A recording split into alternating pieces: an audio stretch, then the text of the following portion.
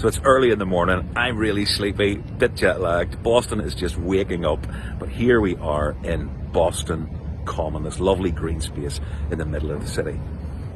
When people think about Boston, they will often imagine the green Irish connection here. But of course there's also an Ulster-Scots, a Scotch-Irish dimension to the history and heritage of Boston. It was 1718 when 5 ships famously left the Foyle Valley and the Bann Valley and sailed across the Atlantic to reach New England.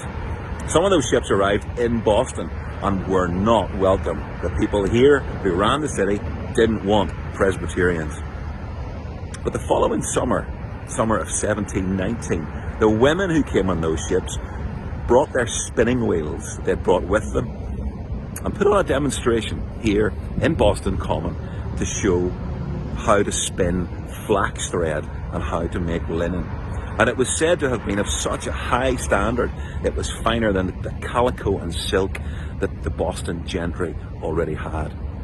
It caused a sensation, so much so that the Selectmen, which was the name of the city council, decided that they needed to build a school to train 300 young girls how on earth to make flax thread and linen of the quality that the Ulster-Scots emigrant women could do.